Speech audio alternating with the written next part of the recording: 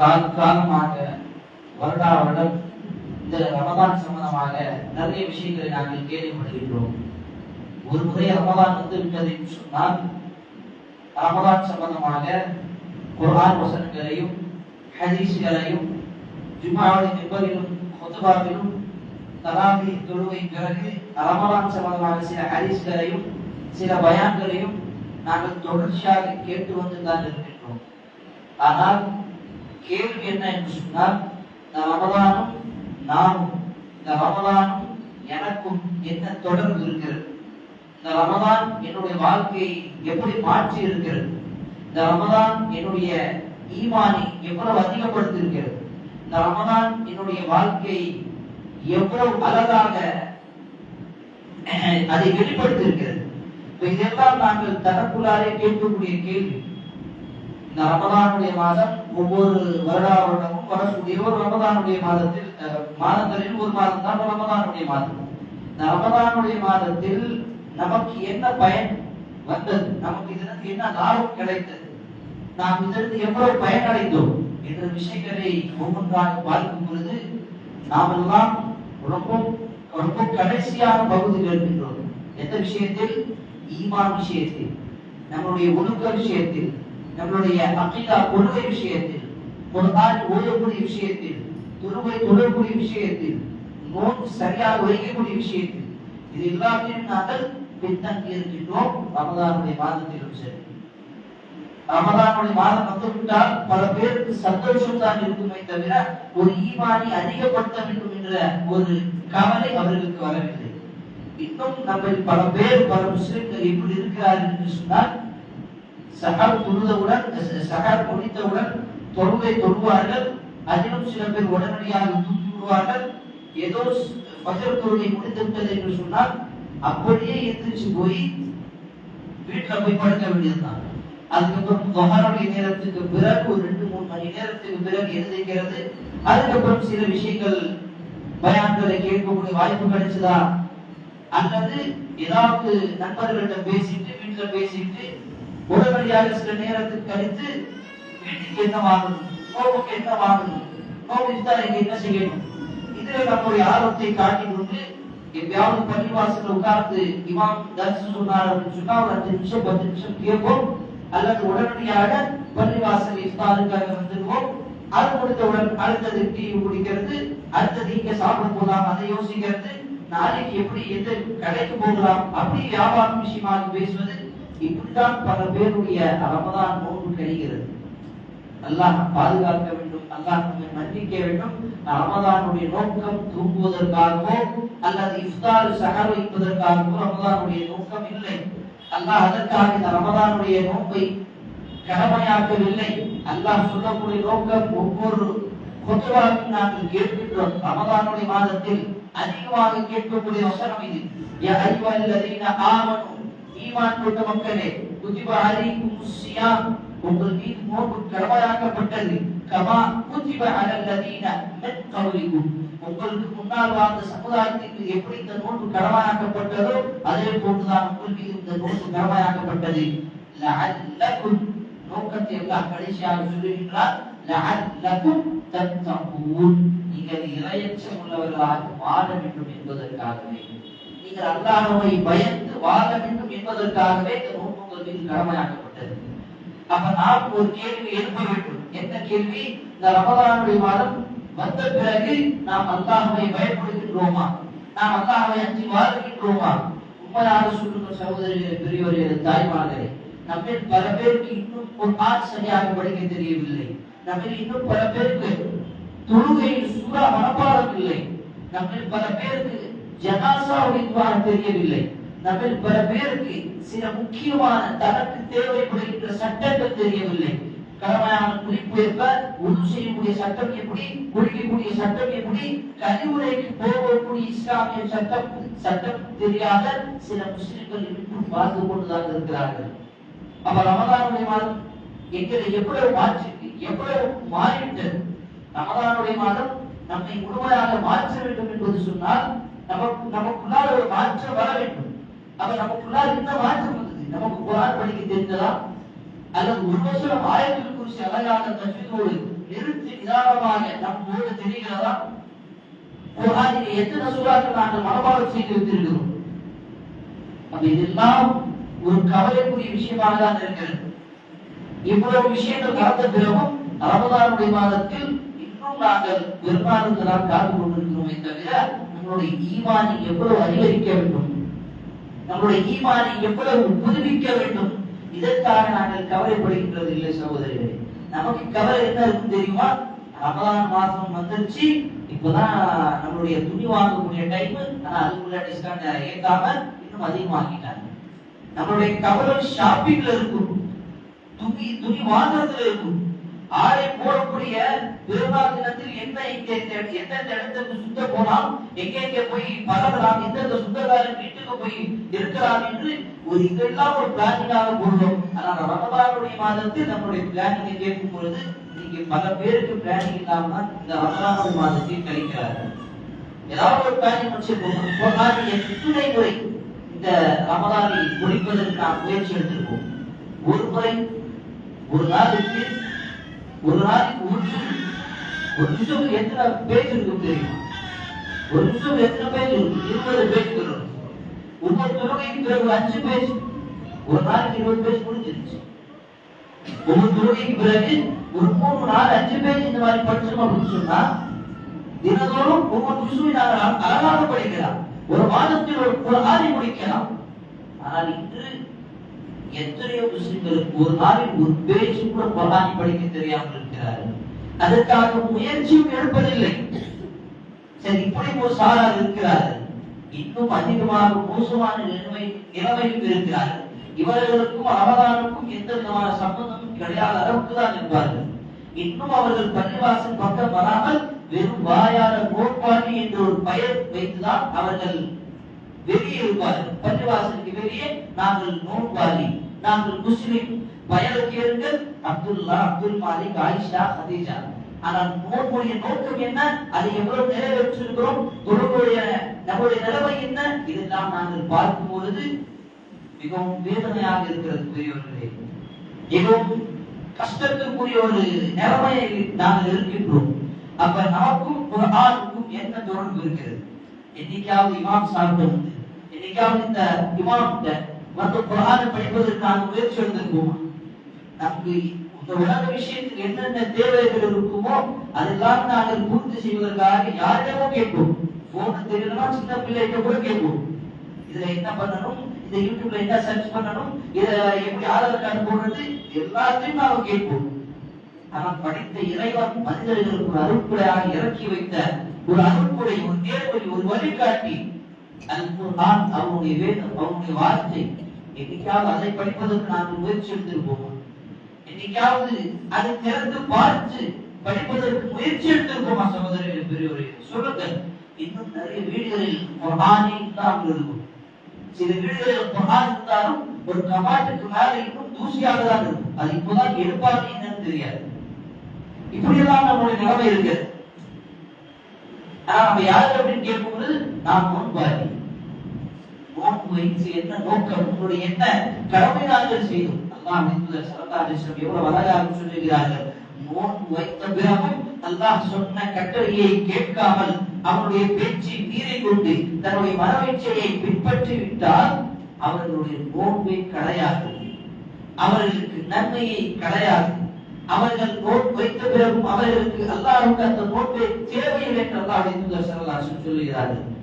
ரமலானுடைய மாதம் எங்களுடைய வாழ்க்கையில் என்ன மாற்றத்தை கொண்டு வந்தது? இங்க இருக்கக்கூடிய பல பேருடைய வாழ்க்கையில் எத்தனையோ ரமலானுடைய மாதம் வந்து இருக்கும். ஒவ்வொரு ரமலானுடைய மாதத்தில் குர்ஆன் படிப்பதற்கு நாங்கள் முயற்சி எடுத்திருந்தால், உண்மையாகவே முயற்சி எடுத்திருந்தால் இன்னைக்கு பல பேர் ஹாஃபிஸாக இருப்பார்கள்.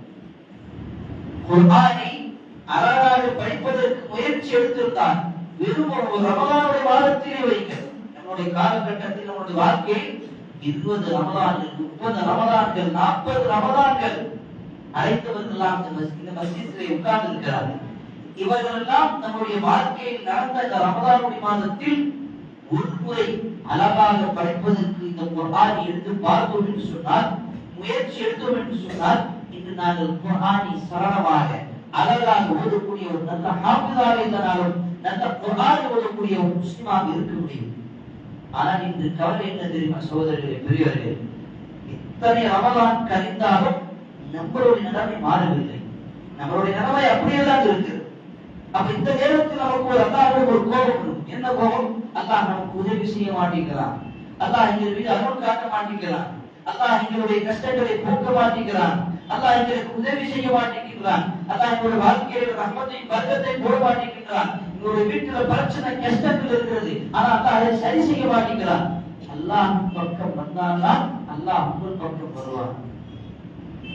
யஅய்யுஹல்லதீன ஆமனு, ஈமான் கொண்ட மக்களே, இன்தன்சுருல்லாஹ் யன்சுருக்கும், அல்லாஹ்வுடைய மார்க்கத்துக்காக நீங்கள் உதவி செய்தால்தான் யன்சுருக்கும், அவன் உங்களுக்கு உதவி செய்வான். அல்லாஹ்வுடைய மார்க்கத்துக்காக நாங்கள் என்ன உதவி செய்திருக்கிறோம்? யாருக்காவது இந்த குர்ஆனை பற்றி எட்டி வைத்திருப்போமா? யாருக்காவது சூரத்துல் இக்லாஸை பற்றி சொல்லி இருப்போமா? அல்லாஹ் ஒருவன்தான் இறைவன் என்று எத்தனை நபர்களுக்கு இந்த செய்தி எடுத்து வைத்திருப்போம். அப்ப நம்முடைய கடமை நாங்கள் நிறைவேற்றாமல் இறைவனிடம் நாங்கள் பறிபோடுகின்றோம். அல்லாஹ் எங்களை பார்க்கவில்லை, அல்லாஹ் எங்கள் மீது நேசமில்லை, அல்லாஹ் எங்களை அதிகமாக சோதிக்கின்றான், அல்லாஹ் எங்களுக்கு அதிகமாக கஷ்டத்தை கொடுக்கின்றான். முதல் கேள்வி நமக்கு நாமே கேட்க வேண்டும், நான் அல்லாஹ்வுடைய மார்க்கத்திற்காக என்ன செய்திருக்கிறேன், அல்லாஹ்வுடைய பேச்சை எந்த அளவுக்கு கேட்டிருக்கிறேன்? இப்படி நாம கேள்வி கேட்டால் நமக்கு என்ன பதில் தெரியும்? என்னுடைய ஈமானுடைய பர்சன்டேஜ் எவ்வளவு?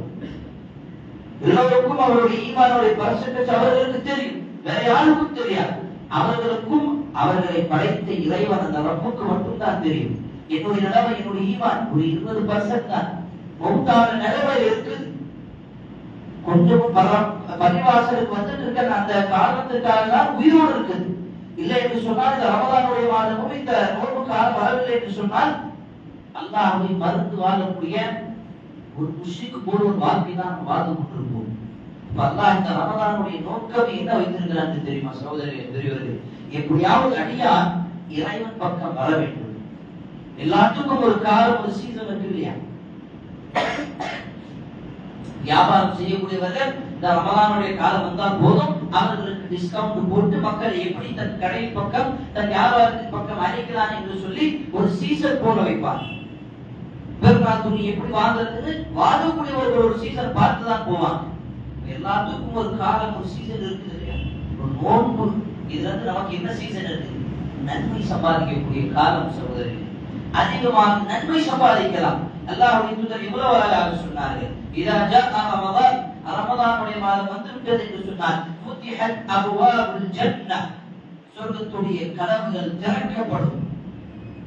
வஃபலகத் அப்வாபுன் நார், அந்த நரகத்துடைய கதவுகள் வாசல்கள் மூடப்படும். அந்த ஷைத்தான் விலங்கிடப்படுவான். அல்லாஹ்வுடைய தூதர் ஸல்லல்லாஹு அலைஹி வஸல்லம் சொன்ன இந்த ஹதீஸுடைய அர்த்தம் என்ன தெரியுமா பெரியவர்களே? அல்லாஹ் சுப்ஹானஹு வ தஆலா இந்த ரமலானுடைய மாதத்தில் செய்கின்ற அமல்களை ஏற்றுக்கொண்டு அவர்களுக்கு சொர்க்கத்தை கொடுத்து விடுவார். அவர்கள் செய்கின்ற பாவத்தை மன்னித்து அவர்களுடைய பாவ மன்னிப்பை வழங்கி அவர்களுக்கு சொர்க்கத்தை கொடுத்து விடுவார். அல்லாஹ் எவ்வளவு ரஹீம், எவ்வளவு கரீம்! அல்லாஹ்வுடைய ரஹ்மத்தை பாருங்கள். அல்லாஹ் தன்னுடைய அடியான் மறந்து விட்டு அந்த அடியானுக்கு அல்லாஹ் அவகாசம் கொடுக்கின்றார். இந்த ரமலானுடைய மாதத்திலேயாவது என் பக்கம் பாருங்கள், இந்த ரமலானுடைய மாதத்திலேயாவது இந்த குர்ஆனை படித்து பாருங்கள், இந்த ரமலானுடைய மாதத்திலேயாவது என்னை பயந்து வாருங்கள், இந்த ரமலானுடைய மாதத்திலேயாவது ரசூலுல்லாஹ் முஹம்மது நபியுடைய சுன்னாவை பின்பற்றுங்கள் என்று அல்லாஹ் மனிதனை அழைக்கின்றார். வல்லாஹு யுரீது அன் யதூப அலைக்கும், அல்லாஹ் தன் பக்கம் அழைக்கின்றான். அல்லாஹ்வுடைய விருப்பம் என்ன? மக்கள் எல்லாம் அவன் பக்கம் வர வேண்டும். அல்லாஹ்வை மறந்து வாழக்கூடிய நாம் ஒரு பக்கம் ஒரு நேரம் அல்லாஹ்வின் பக்கம் வந்து விட்டோம் என்று சொன்னார் அல்லாஹ்வுக்கு அதிகமான ஒரு சந்தோஷம். அல்லாஹ்வுடைய தூதர் ஸல்லல்லாஹு அலைஹி வஸல்லம் சொல்கிறார்கள், ஒரு இறையடியான் பாவ மன்னிப்பு செய்து கொண்டு இந்த பூமியிலே இந்த உலக வாழ்க்கையிலே அவன் அல்லாஹ்வுக்கு மாறு செய்து கொண்டு திடீர்னு அவன் அல்லாஹ்வின் பக்கம் வரும் பொழுது அல்லாஹ்வுக்கு அதிகமான சந்தோஷம். எவ்வளவு என்று சொன்னால் அதனுடைய அளவே இல்லை என்று சொல்லிவிட்டு ஒரு உதாரணத்தை சொல்லுகிறார்கள். என்ன உதாரணம்? ஒரு பாலைவனத்தில் ஒரு மனிதன் தன்னுடைய ஒட்டகம், தன்னுடைய வாகமும், அந்த வாகனத்தில் இருக்கக்கூடிய உணவுப் பொருட்களும் சிறிது நேரம் அவன் ஓய்வு எடுப்பதற்காக ஒரு மரத்தின் அடியில் அவன் உறங்கிக் கொண்டிருக்கக்கூடிய அந்த நேரத்தில், கண்ணை திறந்து பார்க்கக்கூடிய அந்த நேரத்தில் அவனுடைய ஒட்டகமும் இல்லை, வாகனமும் இல்லை, உணவும் இல்லை. அவனுடைய எல்லா பொருட்களும் காணாமல் போய்விட்டது. அந்த நேரம் அவன் இங்கும் அங்கும் அலைகின்றான், பார்க்கின்றான். எல்லா இடத்திலும் மண்ணும் மண்ணாக தான் இருக்கிறது. வாழக்கூடிய வாழ்வாதாரத்துக்கு தண்ணீரும் உணவும் கிடையாது. வாழக்கூடிய எந்த விதமான வசதி வாய்ப்பு இல்லாமல் இருக்கின்ற ஒரு நேரத்தில் அவன் மரணத்தை அஞ்சி கொண்டான். மரணமே வந்து விடுமோ என்று எண்ணிக்கொண்டு அவன் மறுபடியும் ஒரு உறங்குகின்றான். மறுபடியும் உறங்கின பிறகு தன்னுடைய கண்களை திறந்து பார்க்கின்றான். அவனுடைய கண்களுக்கு முன்னால் அதே ஒட்டகம், அதே உணவு அவனுடைய கண்களுக்கு முன்னால் இருக்கிறது. இதை பார்த்து அந்த அடியான் சொல்லக்கூடிய வார்த்தை, அல்லாஹும்ம அன்த அப்துக் வ அன ரப்புக். யா அல்லாஹ், நீ என்னுடைய அடியான், நான் உன்னுடைய ரப்பு என்ற வார்த்தை அவன் தவறுதலாக சொல்லிவிட்டான். எதனால்? சந்தோஷத்துடைய உச்சில் போனதன் காரணமாக தான், அந்த மகிழ்ச்சியுடைய உச்சில் போனதன் காரணமாக தான் அவன் வார்த்தை மாற்றி விட்டான். அல்லாஹும்ம அன அப்துக், யா அல்லாஹ், நான் தான் உன்னுடைய அடிமை என்று சொன்ன வார்த்தைக்கு நான் உன்னுடைய ரப் என்று சொல்லிவிட்டான். அல்லாஹ்வுடைய தூதர் சொல்கிறார்கள், அவனுடைய வார்த்தை பிழையாக இருக்கலாம், ஆனால் அவனுடைய சந்தோஷம் அது அளவு இல்லாத ஒரு சந்தோஷம். வாழ்க்கையே இல்லாத மரணம் என்று எண்ணிக்கொண்ட அந்த நேரத்தில் அவனுக்கு எல்லா வசதியும் வாய்ப்பும் கிடைத்த பிறகு அவன் அந்த அளவுக்கு சந்தோஷப்படுகின்றான். பாருங்க, அதே சந்தோஷம் இறைவன் அல்லாஹ் ரப்புல் ஆலமீன் தன்னுடைய அடியாரிடம் சந்தோஷப்படுகின்றான். எந்த அளவுக்கு? அளவே இல்லாமல். எந்த நேரத்தில் ஒரு அடியான் அல்லாஹை மறந்து இந்த உலகத்தில் வாழும் பொழுது மறுபடியும் அல்லாஹின் பக்கம் வருகின்றான். பாருங்க, அதற்கு ஒரு காரணம் தான் இந்த ரமதான். இந்த ரமதான் மூலமாக, இந்த ரமதானுடைய காரணத்தினால் தான் நாம் அல்லாஹ்விடம் நெருங்க முயற்சி எடுக்கின்றோம். ரமதானுடைய மாதத்திலும் பல பேர் இன்றும் 11 மாதங்கள் என்ன தவறுகளை செய்து கொண்டிருந்தார்களோ அதை அப்படியே கம்மி பண்ணிட்டாங்க தவிர முழுமையாக விடவில்லை. நம்ம பல பேருக்கு ரமதானுடைய மாதத்திலும் பாவம் செய்யக்கூடாது என்ற அந்த ஒரு பயம் இல்லை, பாவம் செய்து கொண்டுதான் இருக்கிறார்கள். இன்னைக்கும் நீங்கள் பார்க்கலாம், பள்ளிவாசல் திறந்திருக்கும், முஹத்தின் ஹய்யா அலஸ் ஸலாஹ் ஹய்யா அலல் ஃபலாஹ் என்ற சத்தத்தை ஓசத்தை அந்த அதானை சொல்லியிருப்பார். ஆனால் இன்றும் பல பள்ளிவாசலுக்கு வெளியிலே, மார்க்கெட்டிலே, தெருவிலே முஸ்லிம்களுடைய கடைகள் இன்றும் திறந்திருக்கும். அப்ப ரமதான் நம்முடைய வாழ்க்கையை என்ன மாற்றிவிட்டது, நம்முடைய ஈமானை என்ன ஒரு புத்துணர்ச்சியை கொடுத்தது? எதுவும் கிடையாது. வெறும் பேருக்கு ரமதான் வந்துருச்சா பாய், வந்துருச்சு, நோம்பு கட்டி கொடுக்குறீங்களா? ஆமா கொடுக்குறோம். இப்படிதான் பேச்சு போகுது. இன்னைக்காவது ஒருத்தர் குர்ஆன் இவ்வளவு படிக்கிறீங்க, கேட்டு போமா? எந்த பள்ளிவாசல் அதிகமா கஞ்சி கிடைக்குது, எந்த பள்ளிவாசல் கஞ்சி நல்லா இருக்குது, இதை பத்தி நம்ம பேசுறோம். ஆனா இன்னைக்காவது ஒருத்தர் வீட்டுல உட்கார்ந்து, இன்னைக்கு நீங்க எத்தனை ஜுஸுவ படிச்சீங்க, இன்னைக்கு எத்தனை நீங்க சூறாவை படிச்சீங்க, எப்ப நீங்க குர்ஆனை படிக்க போறீங்க? இந்த ஒரு மாமூல், இந்த ஒரு பேசக்கூடிய ஒரு வாய்ப்பு எந்த வீட்டில் இருக்கிறது? அல்லாஹ்வுக்காக இந்த ரமதானுடைய மாதத்திலிருந்து நாங்கள் மாற வேண்டும். சகோதரர்களே, பெரியவர்களே, தாய்மார்களே, இந்த ரமதான் நம்மை மாற்றவில்லை என்று சொன்னால் இதற்கு பிறகு என்ன ஒரு வாய்ப்பு அல்லாஹ் கொடுக்க முடியும்? அல்லாஹ் இவ்வளவு வாய்ப்பு கொடுத்த பிறகும் நாளை மறுமையில் அல்லாஹ் கேட்பானே, அவலம் நுஅம்மிருக்கும் மா லம் யதக்கர், உங்களுக்கு இந்த உலகத்திலே அறிவுரை பெறுவதற்காக வாழ்க்கையை நாங்கள் கொடுக்கவில்லையா? ஃபதூக்கும், இந்த நரகத்திலே இந்த நீங்கள் அதாவை அனுபவியுங்கள். ஃபமாலி ஸாலிமீன மின் நஸீர், இப்படிப்பட்ட அநியாயக்காரர்களுக்கு யார் உதவி செய்பவர்கள் யாரும் இல்லை. அல்லாஹ் நம்மை அதிலிருந்து பாதுகாக்க வேண்டும். இந்த ரமதானுடைய மாதம் நம்முடைய உள்ளத்தையும் ஈமானையும் நம்முடைய வாழ்க்கையும் மாற்றி ஒரு புது வாழ்க்கையாக, அல்லாஹ்வை அஞ்சி வாழக்கூடிய, அல்லாஹ்வை பயந்து வாழக்கூடிய, அல்லாஹ்வுக்காக வாழக்கூடிய, அல்லாஹ் ரப்புல் ஆலமீனுக்காக மரணிக்கக்கூடிய அப்படிப்பட்ட ஒரு ஈமான் நம்முடைய உள்ளத்தை இந்த ரமதான் உண்டாக்கும் என்ற எதிர்பார்ப்பில் நாம் இதற்காக முயற்சி எடுக்க வேண்டும். குர்ஆன் பக்கம் பாருங்கள், அல்லாஹ்வுடைய வீட்டிற்கு பள்ளிவாசல் பக்கம் பாருங்கள், பயான் பக்கம் பாருங்கள். ஃபதக்கிர் ஃபஇன்ன ஃபதக்கிர், அல்லாஹ் என்ன சொல்கிறார்? அதிகமாக உபதேசம் செய்யுங்கள். ஏனென்று சொன்னால் முஃமின்கள் உபதேசங்கள் பயனளிக்கும். முஃமின்களுக்கு இப்படிப்பட்ட உபதேசங்கள் பயனளிக்கும் என்று அல்லாஹ் சொல்லுகின்றார். ஃபிரௌனிடம் போகக்கூடிய அந்த நேரத்திலும் அல்லாஹ் சுப்ஹானஹு வ தஆலா மூஸா அலைஹிஸ்ஸலாமுக்கு சொன்ன கட்டளை என்ன? நீங்கள் போங்க, அவங்க கிட்ட போய் மென்மையாக பேசுங்க. கூலா லஹு கௌலன் லய்யினா லஅல்லஹு யததக்கர், இதன் அறிவுரை மூலமாக அவன் அல்லாஹ்வை பயப்படலாம். யததக்கர், அவன் அறிவுரை பெறலாம். அவ் யக்ஷா, அல்லது அவன் பயப்படலாம். அப்ப அப்படிதான் சகோதரர்களே, பெரியவர்களே, இந்த ரமதானுடைய மாதம் நம்மை முழுமையாக ஒரு நல்ல முஸ்லிமாக மாறுவதற்கு மிகப்பெரிய அல்லாஹ் கொடுத்த ஒரு பாக்கியம். அல்லாஹ்வுடைய தூதர் அந்த ரமதானுடைய மாதம் வந்து அது சந்தோஷம் அடைவார்கள். ஏன்? நன்மை அதிகமாக சம்பாதிப்பார்கள், குர்ஆனை படிப்பார்கள், தர்மங்களை செய்வது. ஹதீஸிலே பார்க்கின்றோம், அல்லாஹ்வுடைய தூதர் காற்றுடைய அந்த வேகத்தின் அளவுக்கு அல்லாஹ்வுடைய தூதர் சதகாக்களை அதிகப்படுத்துவார்கள். ரசூலுல்லாஹ் இருந்தது எவ்வளவுங்க? ரசூலுல்லாஹ் என்ன இருந்தது? தன்னுடைய ஒவ்வொரு வீட்டிலையும் பார்க்கும் பொழுது ஒரு சில பொருள்கள் பேரித்த வளம் இவ்வளவுதான் இருக்கும். ஆனால் கிடைத்ததெல்லாம் உடனடியாக சதகாக்களை தான தர்மங்களை செய்யக்கூடியவர்களாக அல்லாஹ்வின் தூதர் முஹம்மது நபி ஸல்லல்லாஹு அலைஹி வஸல்லம் இருந்தார்கள். நாமும் இந்த ரமதானுடைய மாதங்களில் நோன்பு வைப்பது மட்டுமில்லாமல் இனிய அந்த இபாதத்துகளில் குர்ஆன் படிப்பது, சதகாக்களை செய்வது, ஜகாத், இன்னும் பல இபாதத்துகளை நம்முடைய இந்த ரமதானுடைய மாதத்தில் செய்து அல்லாஹ்வை முழுமையாக திருப்திப்படுத்தக்கூடிய இந்த ரமதானுடைய மாதம் நமக்கு அமைய வேண்டும் என்று நான் பிரார்த்தனை செய்து